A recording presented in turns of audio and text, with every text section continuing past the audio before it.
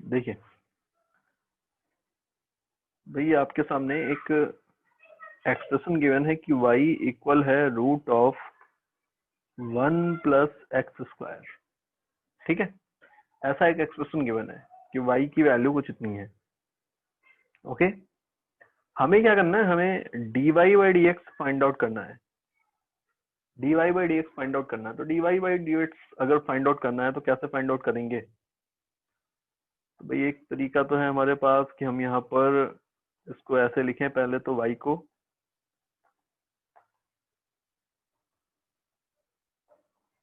कि y equal है 1 + x² to the power 1/2। मैंने ऐसे लिखा इसको। अब मैं इसको डिफरेंशिएट करने जा रहा हूँ dy/dx। अब जब आप इसको ऐसे लिखेंगे तो आपको दिखेगा कि भाई अगर यहाँ पर देखिए, हम अगर यहाँ पर x लिखा होता इन प्लेस ऑफ 1 + x, अगर यहाँ पर x लिखा होता तो इसका डिफरेंशिएशन हम कर सकते थे बहुत ही इजिली, है ना। अगर यहाँ पर x लिखा होता तो हम क्या लिखते इसको, x की पावर n का फॉर्मूला बन जाता है एंड सिंपली डिफरेंशिएशन कर देते। कैसे करेंगे? तो भाई यहाँ पर इसको आप 1 + x की पावर n को n x की तरह ट्रीट करते हुए लिखेंगे तो n x to the power n-1, ये बनेगा फॉर्मूला। एंड जिसको आपने x की तरह ट्रीट किया हुआ है उसका वन मोर टाइम डिफरेंशिएशन होगा, यहाँ x²। इसका वन मोर टाइम डिफरेंशिएशन होगा, चेन रूल लगा रहे थे एंड जो आएगा उसको प्रोडक्ट में लिख देंगे, ऐसा कर रहे थे। ये लिखा है 1/2 1 + x to the power minus का 1/2 इंटू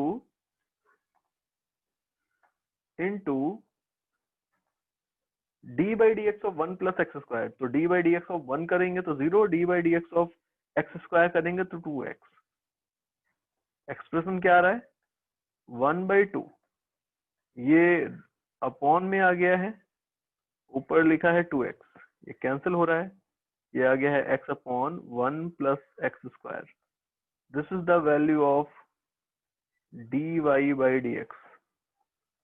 ऐसे लिख सकते हैं, ये आ जाएगा, बताइए एक्सप्रेशन dy/dx का। तो ये तो अपना बेसिक अप्रोच है जो हमको पता थी। ठीक है, अब एक दूसरी अप्रोच और है, वो क्या है? देखिए मैंने इस एक्सप्रेशन को ऐसे लिख दिया है, ये वाला जो एक्सप्रेशन था मैंने इसको ऐसे लिख दिया है कि y² इक्वल है 1 + x²। ऐसे लिख दिया मैंने इसको। अब इसको डिफरेंशिएट कर दें, इस एक्सप्रेशन को डिफरेंशिएट करने का मतलब क्या है? मैं x के रिस्पेक्ट में इक्वेशन को डिफरेंशिएट कर रहा हूँ, तो d/dx ऑफ y² इक्वल है d/dx ऑफ 1 + x²। समझिए, अब जब LHS वाला पार्ट आप देख रहे हैं तो अभी यहाँ पर क्या हो रहा है, यहाँ पर हमें y² को x के रिस्पेक्ट में डिफरेंशिएट करना है। तो अब इस LHS वाले पार्ट में ही आप देखें अगर, तो चेन रूल लगता हुआ दिख रहा है। बेसिकली x² का डिफरेंशिएशन x के रिस्पेक्ट में होता तो सिंपली 2x बनता, बट यहाँ तो x नहीं है, यहाँ तो y² का डिफरेंशिएशन कर रहे हैं। तो अब y को एज x अगर ट्रीट करें तो आपको फॉर्मूला बनता हुआ दिख रहा है x की पावर 2, मतलब 2 × x की पावर 2-1, मतलब ये बनता। बताइए ये बनता। देन जिसको आपने x ट्रीट किया था उसका वन मोर टाइम डिफरेंशिएशन मतलब dy/dx बनता। ये हो गया dy/dx। ये इक्वल होगा d/dx ऑफ 1 + x²। RHS को तो सॉल्व करना इसी है, ब्रैकेट ओपन करेंगे, 1 का डिफरेंशिएशन होगा 0 एंड x² का डिफरेंशिएशन 2x होगा, तो 2y dy/dx। यहाँ से dy/dx कितना आ रहा है? This is simply x/y। dy/dx कितना आ रहा है? x/y, एंड y की वैल्यू है कितनी ओरिजिनली? y की वैल्यू है √1 + x²। बताइए यही है ना? तो दोनों ही मेथड से आपको क्या दिख रहा है? आंसर सेम ही आ रहा है। तो अगर आपको कभी ऐसी कोई इक्वेशन दिख रही हो जहां पर इस तरह के अप्रोच को यूज किया जा सकता है, तो ये भी एक मेथड आपके पास एग्जिस्ट करेगा। ठीक है, देखिए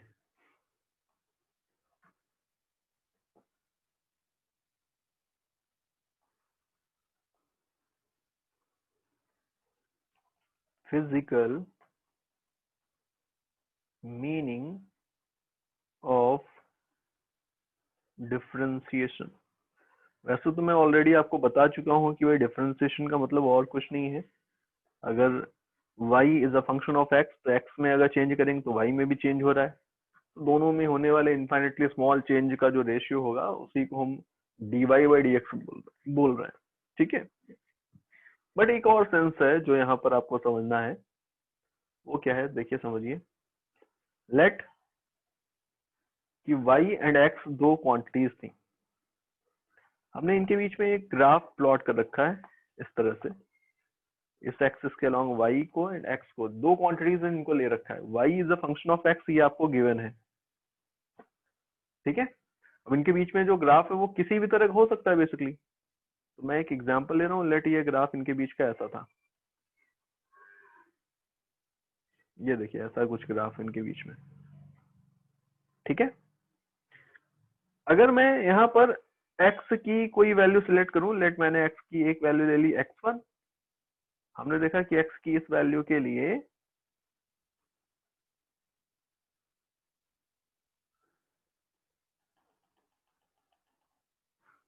ये देखिए, ये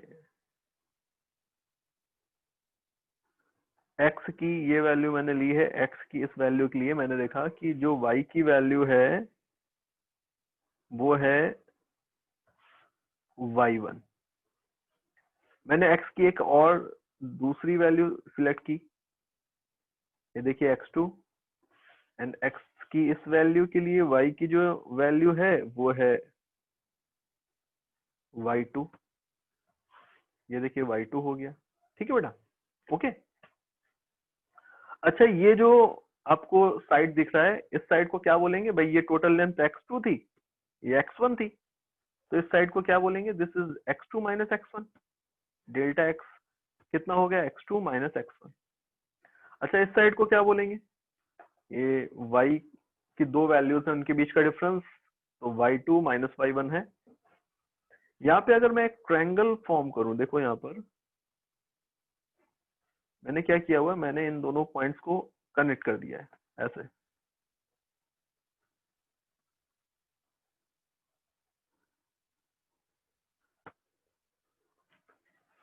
आपने जब इन दोनों पॉइंट्स को ऐसे कनेक्ट किया तो एक ट्रायंगल यहाँ पर बन रहा है, ये देखो ऐसे एक ट्रायंगल बन रहा है ना। अच्छा, अगर ये एक आर्क टाइप का कुछ मैं कंसिडर करूं, एक ये लाइन ऐसे जा रही है, तो उसको क्या बोलते हैं, सेकंड है ना, ये सेकंड, बोलो बेटा, है ना। तो ये सेकंड अभी यहाँ पर मुझे मिल रहा है, ये जो साइड मैंने ये जो लाइन ड्रॉ की है यहाँ पर डॉटेड रेड कलर से, ये सेकंड की तरह मुझे यहाँ पर दिख रही है ना। जब आप फाइनाइट वैल्यूज लेंगे एक्स की दो फाइनाइट वैल्यूज आपने ली हैं, दोनों के बीच का जो डिफरेंस है वो भी फाइनाइट डिफरेंस है, तो y के बीच में y की भी जो करस्पॉन्डिंग वैल्यूज होंगी उनके बीच में भी एक फाइनाइट डिफरेंस ही होगा। एंड इस केस में आप अगर delta y by delta x निकालोगे तो आपको क्या मिलेगा, तो इस ट्रायंगल के अंदर ये जो ट्रायंगल आपको दिख रहा है उसमें ये लेंथ है डेल्टा y, ठीक है बेटा, ये वाली लेंथ कितनी है डेल्टा y, एंड ये वाली लेंथ कितनी है डेल्टा x। अगर मैं यहाँ पर थीटा कंसिडर कर लूं तो tan थीटा किसके इक्वल होता, tan थीटा इक्वल होता delta y by delta x के, ठीक है ना। tan थीटा की वैल्यू किसके इक्वल होगी, delta y upon delta x के इक्वल होगी। अब अगर मैं कंसिडर कर रहा हूँ, देखिए अब मैं सारी चीजें धीरे धीरे चेंज कर रहा हूँ स्लोली, यहाँ पर मैंने चेंजेस करने स्टार्ट किए, देखिए क्या कि भाई अभी पहले इनिशियली जो x की दो वैल्यूज थी x1 एंड x2, इनके बीच में काफी लार्ज आपको डिफरेंस दिख रहा है। हमने क्या किया, हम x की दो बहुत ही क्लोज वैल्यूज ले रहे हैं, देखिए एक ये और एक ये बहुत ही क्लोज वैल्यूज हैं। यहाँ पर देखिए मैं इस पॉइंट पे हूँ डायग्राम के अंदर, ये इस पॉइंट पर दो वैल्यूज में ले रहा हूँ, दोनों वैल्यूज को दिखाने के लिए मैं यहाँ पर यूज कर रहा हूँ ये कलर। देखिए x की ये एक वैल्यू है एंड x की एक ये वैल्यू है, दोनों बहुत ही क्लोज है। इन दोनों वैल्यूज के करस्पॉन्डिंग y की भी जो दो वैल्यूज मिलने वाली हैं आपको वो भी बहुत ही क्लोज होंगी, ये देखिए y की एक ये वैल्यू है एंड y की दूसरी ये वैल्यू है, ठीक है क्या, देखिए दो वैल्यूज मिल रही हैं। इन दोनों वैल्यूज मतलब ग्राफ में ये दोनों जो पॉइंट आपको मिले हैं, इन दोनों पॉइंट को कनेक्ट कर दीजिए, इन दोनों पॉइंट को कनेक्ट कर देते हैं, देखिए ये देखिए कनेक्ट करा आपने तो आपको ऐसी एक लाइन मिल रही है इस बार, ये लाइन मिली आपको एक।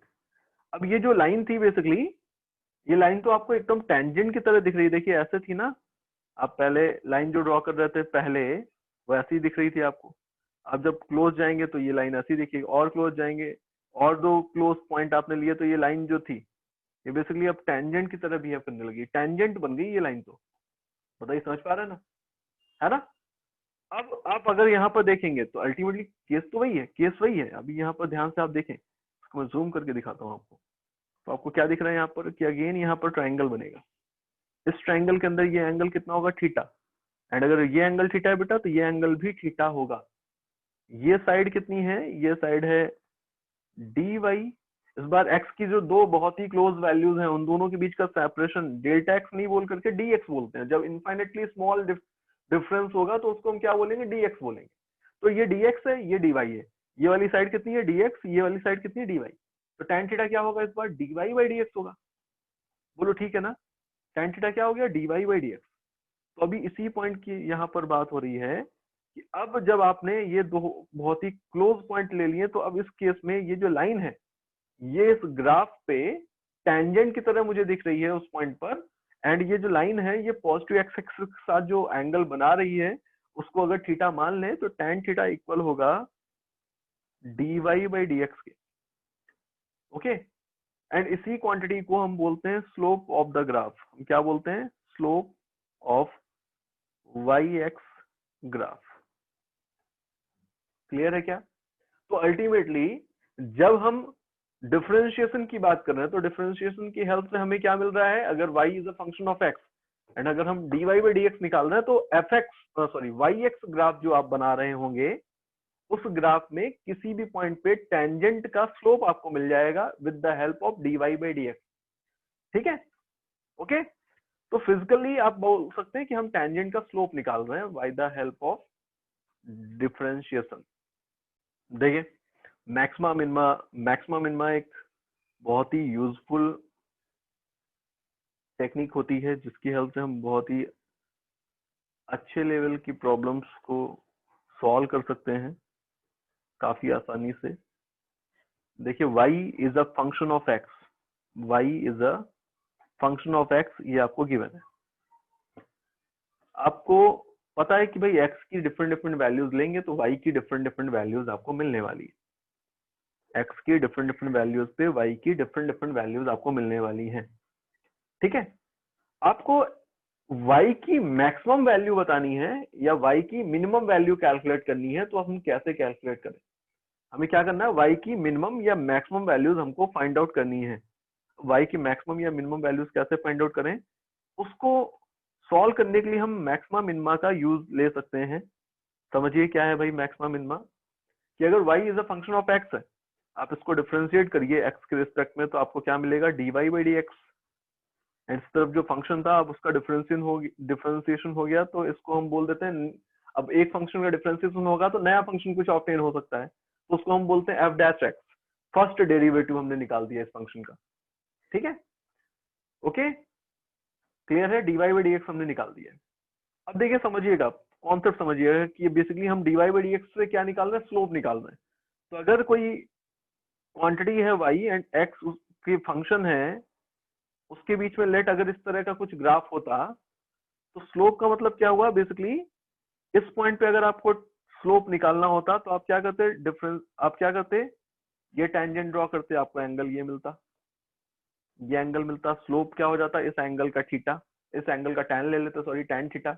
इस पॉइंट पे स्लोप क्या हो जाता, टैन थीटा। इसी तरह से अगर किसी अदर पॉइंट की बात करें, लेट यहाँ पर एक पॉइंट मैंने कंसिडर कर लिया, ये देखिए आपसे पूछा जाए बताइए स्लोप क्या होगा, तो आप इस पॉइंट पे एक टेंजेंट ड्रॉ करेंगे ऐसे, इस टेंजेंट का यहाँ पर एंगल देखेंगे, ये देखिए ये एंगल है थीटा सपोज, तो tan थीटा लिखेंगे तो इस पॉइंट के लिए अब स्लोप हो जाएगा। ठीक है क्या, समझ पा रहे हैं ये बात। ऐसे आप डिफरेंट डिफरेंट पोजीशन पर अगर यहाँ पर आप एक पॉइंट कंसीडर कर लें और आपसे पूछा जाए बताइए स्लोप कितना होगा इस पॉइंट पर, तो स्लोप का मतलब है कि आप इस पॉइंट पे एक टेंजेंट ड्रॉ करिए। देखिए ऐसे जाएगी टेंजेंट, एंड वो जो टेंजेंट है वो पॉजिटिव एक्स एक्सिस के साथ जो एंगल बना रही होगी, ये वाला एंगल, इस एंगल का tan ले लीजिए, तो tan theta will be the slope at this point. तो अलग अलग पॉइंट पे आपको अलग अलग एंगल मिल रहा है एंड अलग अलग एंगल के अकॉर्डिंगली अलग अलग स्लोप मिल रहा है, ठीक है ना? ओके। अच्छा, ये ग्राफ अगर आपको ऐसा गिवन होता है y एंड x के बीच में, बताइए y की मिनिमम वैल्यू कहाँ पर है बेटा? तो ये वैल्यू आपको दिख रही है, y की मिनिमम वैल्यू है ये, बोलो y की मिनिमम वैल्यू कहाँ पर है? इस पॉइंट पर है ना ये। अच्छा, y की मैक्सिमम वैल्यू कहाँ पर है? तो आपको दिख रहा है कि भाई ग्राफ में यहाँ पर ये है, मैक्सिमम वैल्यू है y की यहाँ पर, इसके बाद y अगेन कम हो रहा है ना? तो इन दोनों पोजीशन पर y की आपको मिनिमम और मैक्सिमम वैल्यू मिल रही है। अच्छा, y की मिनिमम वैल्यू जब है तब x की वैल्यू यहाँ पर जो है उसको x1 मान लिया है, y की मैक्सिमम वैल्यू जहां पर है वहां पे भी x की कुछ वैल्यू होगी, इसको x2 मान लिया है। This is the minimum value of y and this is the maximum value of y।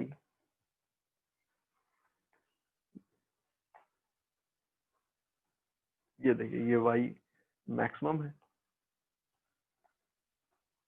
ऐसा है कुछ, ठीक है ना?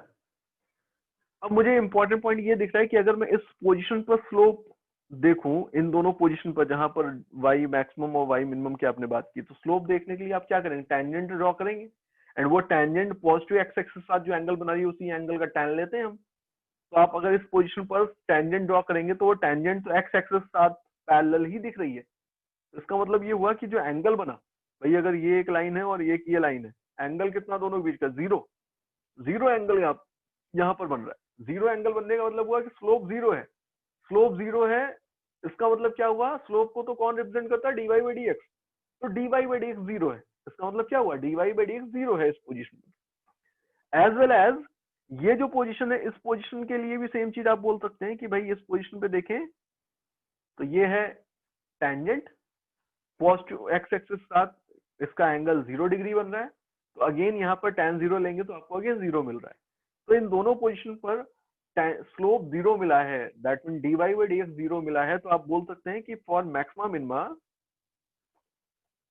अगर आपको मैक्सिमम मिनिमा की बात करनी है, मैक्सिमम एंड मिनिमम वैल्यू की बात करनी है, for maximum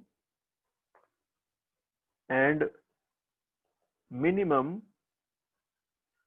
value of y, ये जो आपने इक्वेशन ऑब्टेन की है उसमें dy बाई डी एक्स 0 होना चाहिए। तो dy बाई डी एक्स क्या होना चाहिए?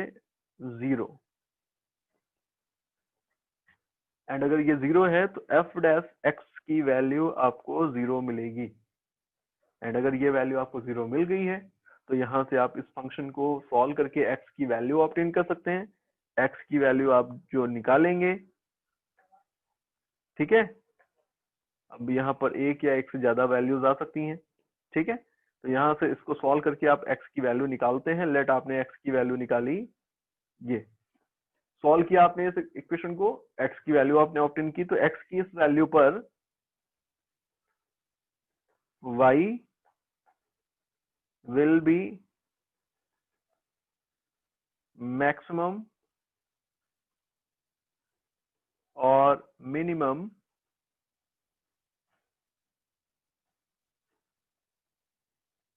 at this value of x। x की इस वैल्यू पर y की जो वैल्यू होगी वो मैक्सिमम हो सकती है या मिनिमम हो सकती है, दोनों में से कुछ भी हो सकता है। एग्जैक्टली वो मैक्सिमम होगी या मिनिमम होगी, इसको भी फाइंड आउट करने का एक और स्टेप होता है कि हम इक्वेशन 1 को वन मोर टाइम डिफरेंशिएट करते हैं। हम क्या करते हैं? इक्वेशन 1 को एक बार और डिफरेंशिएट करते हैं, है ना? इसको एक बार और डिफरेंशिएट करेंगे, इक्वेशन को differentiating step to check whether the value of y is maximum or minimum for this obtained value of x। हम एक और स्टेप लेंगे, डिफरेंशिएट करेंगे इक्वेशन उनको, डिफरेंशिएट इक्वेशन 1। इक्वेशन 1 को डिफरेंशिएट करेंगे तो basically d by d x of d y by d x हो जाएगा ना, ये होगा। एंड उस तरफ क्या लिखा होगा, differentiation of F dash x, ये हो जाएगा। इसको वन मोर टाइम डिफरेंशिएट करेंगे तो आपको इक्वेशन ऐसी लिखी हुई दिखेगी। इसको हम ऐसे लिखते हैं, this is d two y by d x square. Basically है तो ये डी एक्स स्क्वायर, बट इसको लिखने का तरीका यही है, स्टैंडर्ड ये है d two y upon d x two. That mean double differentiation किया है हमने y का, पहले एक बार किया फिर एक बार किया। एंड ये क्या आएगा, ये एक और नया फंक्शन हो सकता है, तो इसको अब F double dash second derivative हमने बोल दिया है, ठीक है। देन इफ, देखिए इसके आगे, if d2y by dx2 is more than zero, more than zero means positive. अगर ये पॉजिटिव आया है तो इसका मतलब हुआ y will be minimum. y की जो वैल्यू आपने ऑब्टेन की है वो मिनिमम वैल्यू है। एंड अगर d2y बाई dx2 निगेटिव आया है, अगर ये निगेटिव आया है सॉल्व करने पर, तो y will be maximum, y की वैल्यू क्या होगी, मैक्सिमम होने वाली है। तो ये दो स्टेप्स और यहाँ पर रहने वाले हैं, समझ पा रहे हैं। ये स्टेप्स केवल चेक करने के लिए, कितनी है वैल्यू वो आसानी से आप ऐसे निकाल सकते हैं। वैल्यू कितनी उसको करने के लिए केवल आपको डिफरेंशिएट करना है, डिफरेंशिएट करने के बाद dy बाई dx जीरो रख देना है, यहाँ से x की वैल्यू निकाल देनी है, x की वैल्यू को उठा करके वापस से y के फंक्शन में रख देना, सॉल्व कर देना, y की जो वैल्यू मिलेगी वो मैक्सिमम होगी या मिनिमम होगी, ठीक है। इंटीग्रेशन देखिए समझिए क्या है। पहले तो इन शॉर्ट आप हमेशा ये याद रखिए कि this is nothing but the reverse process of differentiation. Differentiation का बेसिकली ये रिवर्स प्रोसेस ही है इनफैक्ट, बट इसका फिजिकल जो मीनिंग है वो कुछ डिफरेंट है। फिजिकल मीनिंग इसका क्या है, इसको समझते हैं। सपोज करिए कि y एंड x दो क्वांटिटीज हैं, y is a function of x, x and y दो क्वांटिटीज हैं, एंड इनके बीच में हमने एक ग्राफ प्लॉट किया है, and y is the function of x, ये आपको गिवन है। अब हमें यहाँ पर इनके बीच में कोई ग्राफ गिवन है, किसी भी तरह का कोई भी ग्राफ हो सकता है, एग्जैक्टली लेट मैंने ऐसा एक ग्राफ ले लिया है, ठीक है। अब ये एग्जैक्टली कोई भी ग्राफ हो सकता है, किसी भी तरह का कोई भी इक्वेशन हो सकती है। अगर मैं आपसे बोलूं कि लेट यहाँ पर x की ये वैल्यू है x1 एंड x की एक ये वैल्यू है x2, इसके करस्पॉन्डिंग y की कुछ वैल्यू होगी एंड इसके करस्पॉन्डिंग y की कुछ वैल्यू होगी, ठीक है। ये अलग पॉइंट है। अभी मैंने x की दो वैल्यूज ले ली, x1 और x2, एंड आपको एक टारगेट दिया कि फाइंड द एरिया। कौन सा एरिया, ये वाला। आपसे मैंने बोला कि ये एरिया फाइंड आउट करिए। क्या बोला मैंने आपसे, ये एरिया आपको फाइंड आउट करना है। तो थोड़ा सा ये कॉम्प्लिकेटेड हो गया है। कॉम्प्लिकेटेड क्यों हो गया उसको समझिए कि भाई अगर कोई रेगुलर ज्योमेट्री होती, लेट आपको गिवन होता कि भाई ये जो लाइन है ये सर्कल है या कुछ ऐसा है, तो एक बार इसका एरिया निकालना थोड़ा सा इजी था हमारे लिए। बट ये तो कोई भी इक्वेशन हो सकती है, किसी भी तरह का मैथमेटिकल फंक्शन को रिप्रेजेंट करते हुए ग्राफ हो सकता है, तो एरिया निकालना तो पॉसिबल ही नहीं, क्योंकि हमने रेगुलर ज्योमेट्रीज के लिए फॉर्मूले याद किए हैं हमने मेंसुरेशन के अंदर, बट यहाँ पर तो ऐसा कुछ भी नहीं है। तो अब क्या करें, तो अब हमारे पास जो अप्रोच बचती है वो है इंटीग्रेशन की अप्रोच। इंटीग्रेशन की अप्रोच क्या कहती है समझिए। मैंने यहाँ पर क्या किया, एक बहुत ही स्मॉल सा, देखिए बहुत ही स्मॉल सा मैंने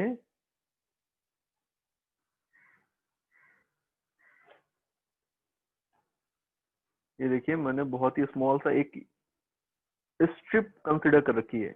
ये देखिए ऐसे, ये मैंने एक स्ट्रिप कंसिडर की है ना। इस स्ट्रिप को कलर कर देता हूँ और क्लियरली आपको दिखेगा।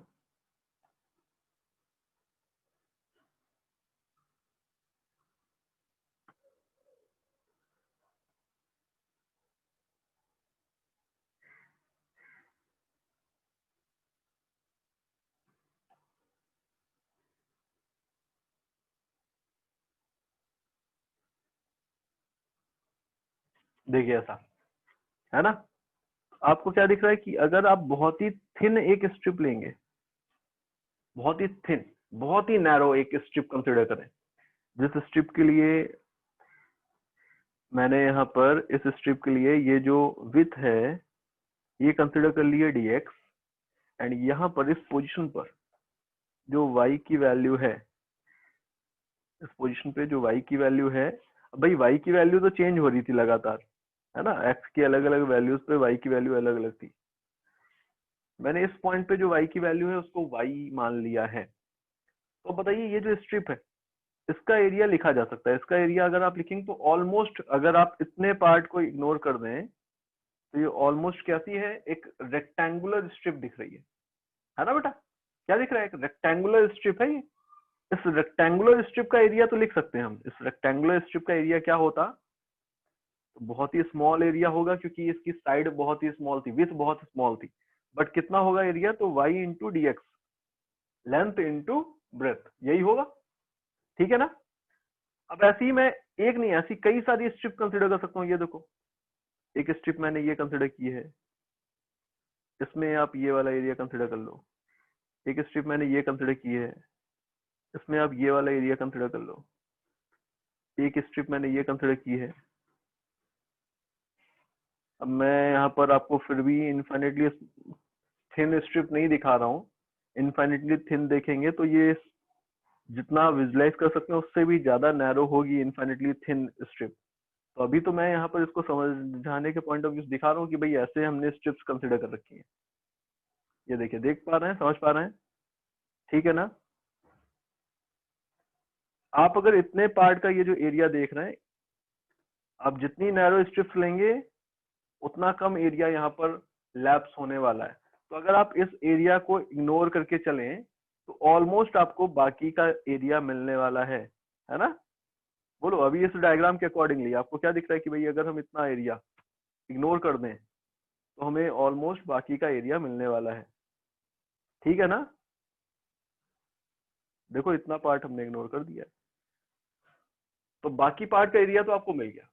अब आप जब इनफाइनेटली थिन की बात करेंगे ना, तो ये जो आप इग्नोर कर रहे हैं एरिया वो भी आपको इग्नोर नहीं करना पड़ा। आप इसको समझिए, मैं इस पॉइंट पे दिखा रहा हूँ कि यहाँ पर अगर आप एक ऐसी स्ट्रिप कंसिडर करते, देखिए ये, तो इस स्ट्रिप के केस में यहाँ पर जो एरिया लैप्स हो रहा था वो ये वाला था, बहुत ही स्मॉल है।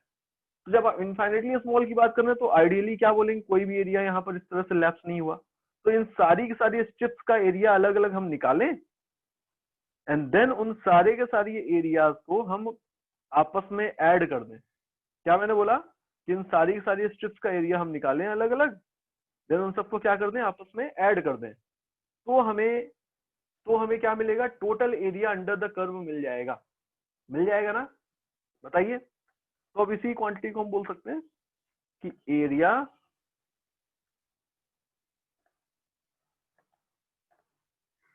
Of strip shown in diagram is equal to y into dx।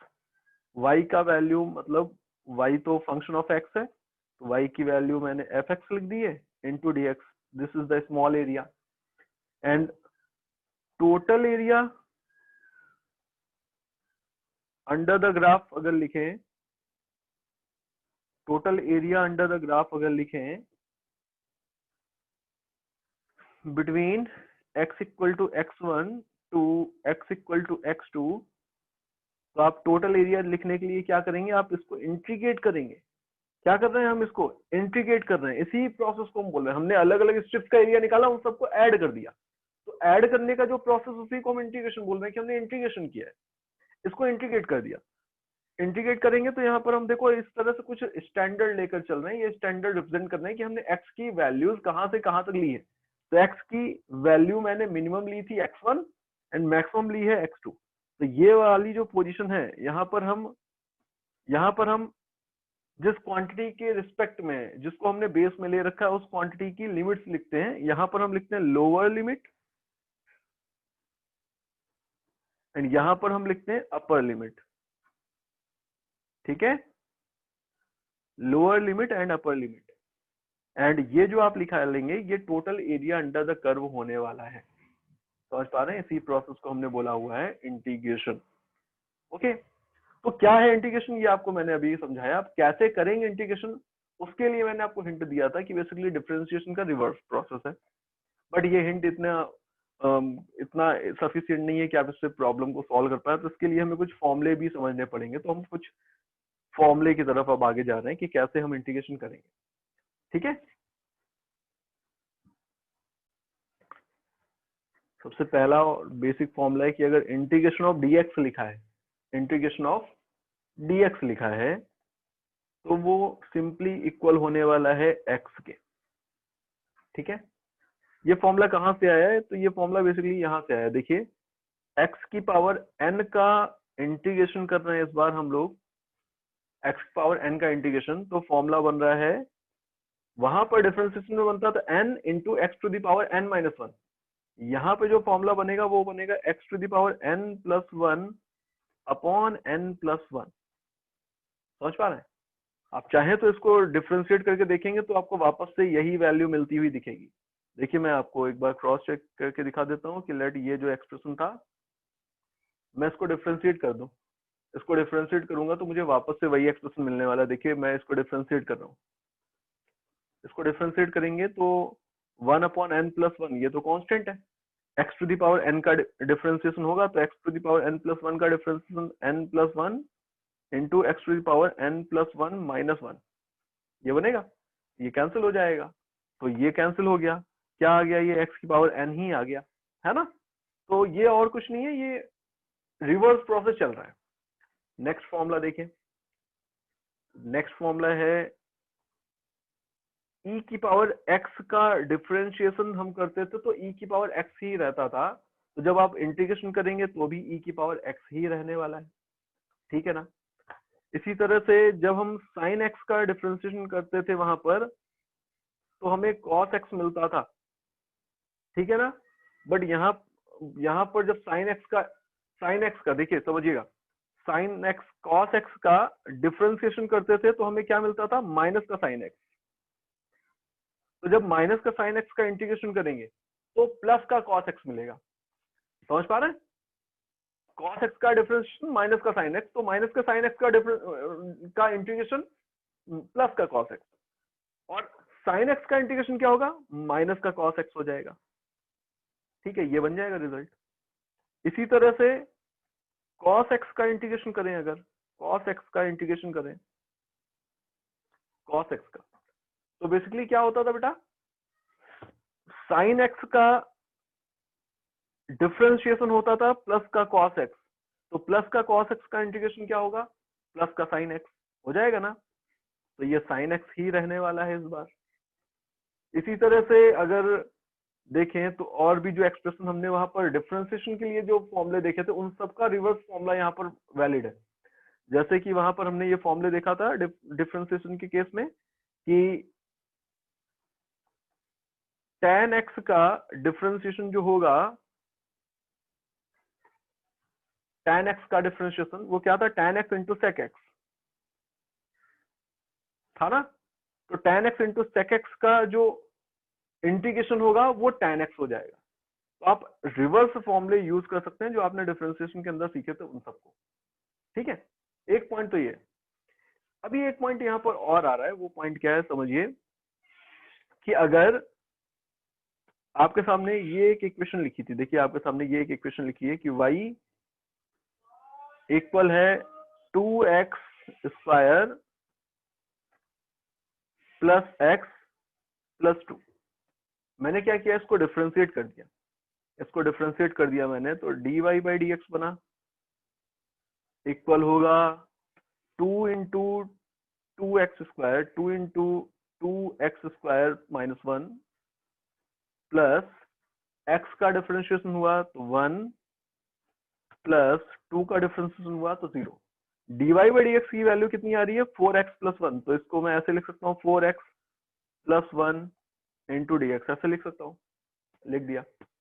अब मैं इस इक्वेशन को ऐसे भी लिख सकता हूँ कि dy इक्वल है 4x into dx plus 1 into dx, ऐसे लिख सकता हूँ। बताओ ठीक है ना? ऐसे लिखा जा सकता है। अब मैं इसको एक बार डिफरेंशिएट कर चुका हूँ, अब मैं वापस इसको इंटीग्रेट कर रहा हूँ। तो अब जब डिफरेंशिएशन किया आपने, डिफरेंशिएशन के बाद वापस इंटीग्रेशन करेंगे तो आपको वही रिजल्ट मिलना चाहिए था, है ना। देखते हैं वही रिजल्ट मिलता है कि नहीं। इसको जब हमने इंटीग्रेट किया तो इंटीग्रेशन का साइन लगा दिया यहाँ पर। dy का इंटीग्रेशन क्या बनेगा इस फॉर्मूले के अकॉर्डिंगली, y बन जाएगा 4x। तो 4x का जब आप इंटीग्रेशन करेंगे यहाँ पर, एक मिनट देखिए, ये देखिए, जब आप 4x का इंटीग्रेशन करेंगे तो 4 तो इंटीग्रेशन से बाहर आ गया क्योंकि कांस्टेंट है, x का इंटीग्रेशन होगा। तो ये वाला फॉर्मूला लगाइए, n की वैल्यू आपको 1 मिल रही है यहाँ पर, n की वैल्यू क्या मिल रही है, 1 मिल रही है ना।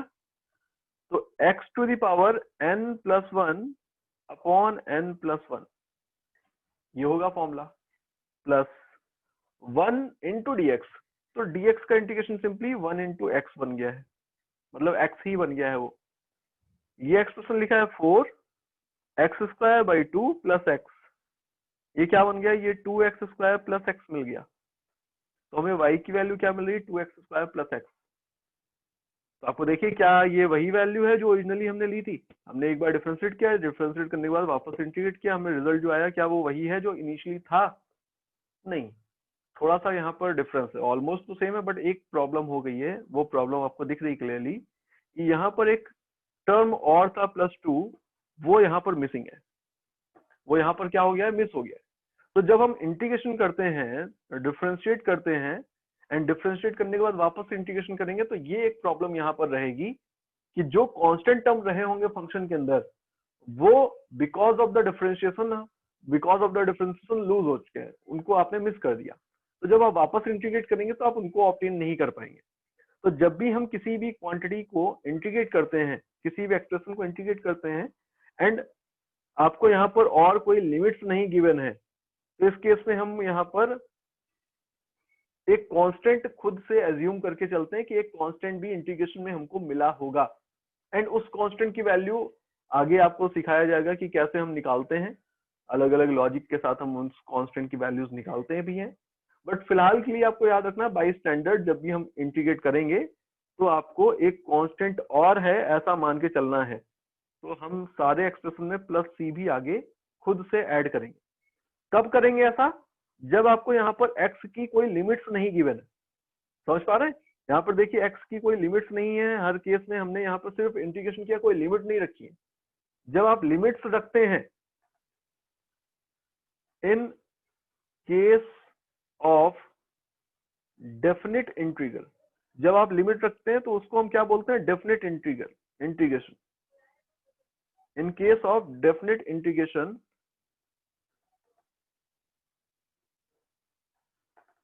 we need not add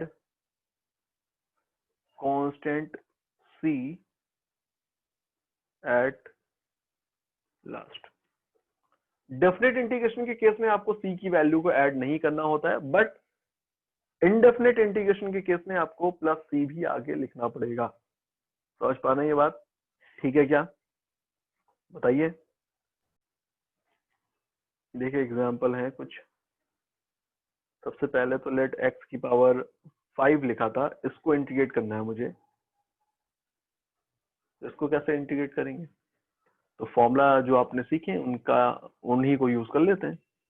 तो x की पावर n का इंटीग्रेशन होगा x की power n+1 upon n+1, and कोई लिमिट्स नहीं थी तो आपने क्या कर दिया, +c और लिख दिया। ठीक है, ये आ जाएगा आंसर। ये क्या लिखा है, 1/6 times of 6 to the power x to the power 6 +c, ये आंसर हो जाएगा। अगला एग्जांपल, लेट यहाँ पर लिखा होता है x टू द पावर -3, इसका इंटीग्रेशन मुझे करना होता है x के रिस्पेक्ट में, तो कैसे करेंगे। तो आप यहाँ पर क्या कर सकते हैं, देखिए x की पावर n+1 अपॉन n+1, ये लिख दिया। बताइए, यही होगा ना फॉर्मूला, एंड कोई लिमिट्स नहीं है, डेफिनेट इंटीग्रेशन नहीं कर रहे हैं हम लोग, तो हमने यहाँ पर क्या कर दिया, +c और लिख दिया। c means constant. ये क्या बन रहा है, ये बन रहा है x की पावर -2 एंड अपॉन में क्या बन रहा है, -2, सो दिस इज -1/x², ये बन जाएगा। ठीक है बेटा। अच्छा, इसी तरह से मैंने यहाँ पर लिख दिया है x टू द पावर -1। ये देखिए x टू द पावर -1, इसका मैं इंटीग्रेशन कर रहा हूँ x की पावर -1 का। तो फॉर्मूले के अकॉर्डिंग आपको क्या दिख रहा है कि ये -1 + 1 अपॉन -1 + 1 बन जाएगा। बोलो बन जाएगा ना? बट ऐसा नहीं करना है आपको। आपको ध्यान देना है कि डेफिनेशन क्या है कि डिफरेंशिएशन का अपोजिट है इंटीग्रेशन। तो ये वाला जो फॉर्मूला है वो x की वैल्यू -1 के लिए एप्लीकेबल नहीं रह गया। क्यों नहीं रह गया? उसका रीजन, जब आपने log x को डिफरेंशिएट किया था तो इसकी वैल्यू मिलती है 1/x, मिलती है ना, log x बेस e। जब इसको डिफरेंशिएट करते हैं तो वैल्यू क्या मिलती है? 1/x। मैंने फॉर्मूला आपको बताया था। तो 1/x को जब वापस से इंटीग्रेट करेंगे तो आपको क्या मिलेगा? log x मिलेगा। तो यहाँ पर देखें तो यहाँ पर क्या लिखा है, यहाँ पर बेसिकली x की पावर -1 का मतलब है 1/x। तो हम 1/x का ही तो इंटीग्रेशन कर रहे हैं, एंड 1/x का इंटीग्रेशन मतलब ये हो गया log x बेस e। ये आएगा आंसर प्लस सी। तो आपको याद रखना ये जो फॉर्मूला x की पावर n वाला है वो x इक्वल टू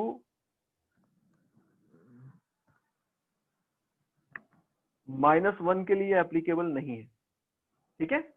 एंड अगर इसका इंटीग्रेशन पूछा जाएगा तो इसका इंटीग्रेशन क्या होता है? log x होगा बेस e। क्या है? ठीक है, देखो फिर नेक्स्ट एग्जांपल क्या है। एक अगला एग्जांपल ऐसी, बाकी सारे के सारे जो हमने पॉइंट समझे थे डिफरेंशिएशन के लिए वो एज इट इज यहाँ पर वैलिड है। जैसे कि मैं एक एक्सप्रेशन यहाँ पे लिख दूं, लेट मैंने यहाँ पे लिख दिया x - 1/x plus sine x. Then इस क्वांटिटी का मैं इंटीग्रेशन कर रहा हूँ विद रिस्पेक्ट टू x। तो अब इसको इंटीग्रेट करेंगे तो सबसे पहला पॉइंट वहां पर होता है डिस्ट्रीब्यूटिव प्रॉपर्टी, वहां पर डिफरेंशिएशन शो करता है। तो यहाँ पे ये भी शो करेगा। आप चाहें तो इसको ऐसे लिख सकते हैं कि x dx माइनस का integration of 1/x dx plus का integration of sine x dx। समझ पा रहे हैं क्या हुआ? हमने अल्टीमेटली इसको डिस्ट्रीब्यूट कर दिया है, ठीक है। एक प्रॉपर्टी तो ये यहाँ पर दिख गई। देन इन सारी के सारी क्वांटिटीज को अलग से इंटीग्रेट कर देते हैं। ये x का इंटीग्रेशन हो रहा है x के ही रिस्पेक्ट में, तो x की पावर 1 + 1 अपॉन 1 + 1 बनेगा, माइनस 1/x का integration log x base e होगा, ये अभी मैंने बताया आपको। साइन x का इंटीग्रेशन माइनस का cos x होगा, ये मैंने आपको अभी बताया। देन लास्ट में आपको क्या कर देना है? एक प्लस सी भी लेकर के चलना है, तो प्लस सी हो गया। ये एक्सप्रेशन आ गया x²/2 minus log x base e and minus का cos x plus c. This is the answer, ठीक है। देखिए ऐसा एक आपके सामने वैल्यू लिखी है कि √x प्लस 1/√x का स्क्वायर। देन इसका इंटीग्रेशन आपको करना है। कैसे करेंगे? तो अभी यहाँ पर आप क्या करेंगे समझिए। कोशिश करिए कि पहले जिस एक्सप्रेशन को आप इंटीग्रेट करने जा रहे हैं उसको सिंप्लीफाई कर ले। जब भी आपको कोई ऐसा केस दिख रहा है तो उसको पहले सिंप्लीफाई कर लीजिए। इसको सिंप्लीफाई करें तो √x प्लस 1/√x का स्क्वायर, तो ये लिखा है a प्लस b का स्क्वायर होल स्क्वायर। तो आप फॉर्मूला लगा सकते हैं a प्लस b का होल स्क्वायर का। तो ये क्या बनेगा? a square plus b square plus 2 into a into b। बोलो ये बन जाएगा फॉर्मूला। देन ये लिखा हुआ है dx। अब आप क्या करेंगे? अलग अलग क्वांटिटीज को इंटीग्रेट कर सकते हैं। ये x को एक बार इंटीग्रेट कर दीजिए, यहाँ पर 1/x को इंटीग्रेट कर दीजिए, एंड ये तो कैंसिल हो रहा है, ये 2 बन रहा है सिंपली, तो 2 को इंटीग्रेट कर दीजिए। 2 को इंटीग्रेट करने का मतलब है कि 2 तो कांस्टेंट है, बाहर आ गया, ये बन गया expression.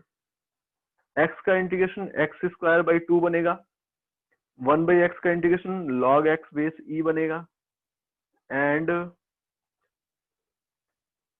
2 into integration of dx simply x बनेगा, एंड प्लस c और आ गया। तो this will be the answer, ठीक है। ओके, समझ पा रहे हैं? देखिए ये एग्जांपल देखिए, हमें इस क्वांटिटी को इंटीग्रेट करना है। अब इसको इंटीग्रेट करना है तो क्या करें? तो आपको मैंने अभी बोला कि सिंप्लीफाई कर लीजिए, इंटीग्रेशन स्टार्ट करने से पहले सिंप्लीफाई कर लीजिए। तो इसको सिंप्लीफाई करते हैं। सिंप्लीफाई करना है आपको, तो इस वाले टर्म को आप सिंप्लीफाई करेंगे तो कैसे करेंगे भाई, ये लिखा है, इसको सिंप्लीफाई कैसे करेंगे, प्रोडक्ट कर दीजिए। एक्स स्क्वायर का इसके साथ होगा तो एक्स क्यूब बाई 2 बनेगा, देन इसके साथ होगा तो एक्स स्क्वायर बनेगा, 1 का इसके साथ होगा तो एक्स बाई 2 बनेगा, 1 का इसके साथ होगा तो 1 बनेगा। ये बनेगा एक्सप्रेशन। इस एक्सप्रेशन की वैल्यू यहाँ पर आप यूज कर लीजिए, x cube by 2 plus x square plus x by 2 plus 1, this is the final expression into d x. इसको इंटीग्रेट करेंगे तो क्या बन रहा है, तो भाई यहाँ पर 1/2 एक्स क्यूब का इंटीग्रेशन हो रहा है, एक्स स्क्वायर का इंटीग्रेशन हो रहा है, एक्स बाई 2 मतलब 1/2 तो कॉमन आ गया, अंदर क्या बचा, एक्स बचा, एंड डीएक्स का इंटीग्रेशन हो रहा है, यही तो लिखा है। ये है 1/2 एक्स की power 3 plus 1 upon 3 plus 1 plus x की power 2 plus 1 upon 2 plus 1, 1/2 x की power 1 plus 1 upon 1 plus 1 plus x. ये आ गया आंसर, एक्स की power 4/8 plus x cube by 3 plus x square by 4 plus x and plus C भी चल रहा है। तो ये आंसर आपको मिल रहा है, बताइए ठीक। Expression x upon root under 1 minus x square into d x, ये था एक्सप्रेशन। इसको इंटीग्रेट करना था हमको। अब इसको इंटीग्रेट करना है तो प्रॉब्लम वही है कि आपको ऐसा दिख रहा है कि भाई कोई फॉर्मूला नहीं है जो हम यहाँ पर डायरेक्टली यूज कर पाए, तो आपको क्या करना पड़ेगा, आपको डिफरेंट यहाँ पर एक्सप्रेशन लेट करने होंगे कि लेट अगर हम इसमें से इस वाले पार्ट को एज अ टी एज्यूम कर लें तो क्या ये इस फॉर्म में आ जाएगा कि हमें कोई फॉर्मूला रिजेंबल होने लगे। तो मैं मान के चल रहा हूँ कि लेट यहाँ पर मैंने 1 माइनस एक्स स्क्वायर को टी एज्यूम कर लिया, ठीक है। अगर ऐसा होगा तो ये डिफ्रेंशिएट कर दें अगर इसको D T by d x, तो ये इक्वल हो जाएगा 0 माइनस 2x के। यहाँ से आपको दिख रहा है कि dt की वैल्यू इक्वल होगी 2 into x into d x के, तो माइनस का 1/2 dt इक्वल होगा x इंटू डी एक्स के। तो मुझे इस फॉर्मूले को, ये सॉरी इस एक्सप्रेशन को इस फॉर्म में लाना है कि कोई फॉर्मूला यहाँ पर एप्लीकेबल हो। तो अब देखिए इसके अंदर वैल्यूज रिप्लेस करते हैं। रूट के अंदर 1 minus x square, 1 minus x square means t, ऊपर लिखा है x into d x, and x into d x की जगह क्या आ रहा है, माइनस का हाफ इंटू डी टी मतलब dt को मैंने यहाँ साइड में लिख दिया, एक ही बात तो है। ये एक्सप्रेशन लिखा है आपके सामने, देखिए माइनस का 1/2 कांस्टेंट है, बाहर आ गया, अपॉन में लिखा है t की पावर माइनस का 1/t की पावर 1/2 इंटू डी टी। ये माइनस का 1/2 टी की पावर माइनस का 1/2 का इंटीग्रेशन हो जाएगा, ये माइनस का 1/2 टी की पावर माइनस का 1/2 प्लस 1 अपॉन माइनस 1/2 प्लस 1, ये बनेगा, बन जाएगा ये, प्लस सी भी रहेगा। ये लिखा है माइनस का 1/2 टी की पावर माइनस का 1/2 प्लस 1, तो 1/2 बना, अपॉन माइनस 1/2 प्लस 1, 1/2 बना, प्लस सी, 1/2 से 1/2 कैंसिल हो गया, माइनस का टी की पावर 1/2 प्लस सी। टी की वैल्यू कितनी थी, टी की वैल्यू थी रूट, देखो रूट टी है, टी की वैल्यू कितनी है 1 माइनस एक्स स्क्वायर। तो ये एक्सप्रेशन आपको मिल रहा है, देखिए ये एक्सप्रेशन आपको मिला है फाइनली सॉल्व करने पे। अगर आप इसको डिफरेंशिएट करेंगे तो वापस से आपको वही मिलेगा जो इनिशियल एक्सप्रेशन था, ठीक है, समझ पा रहे हैं।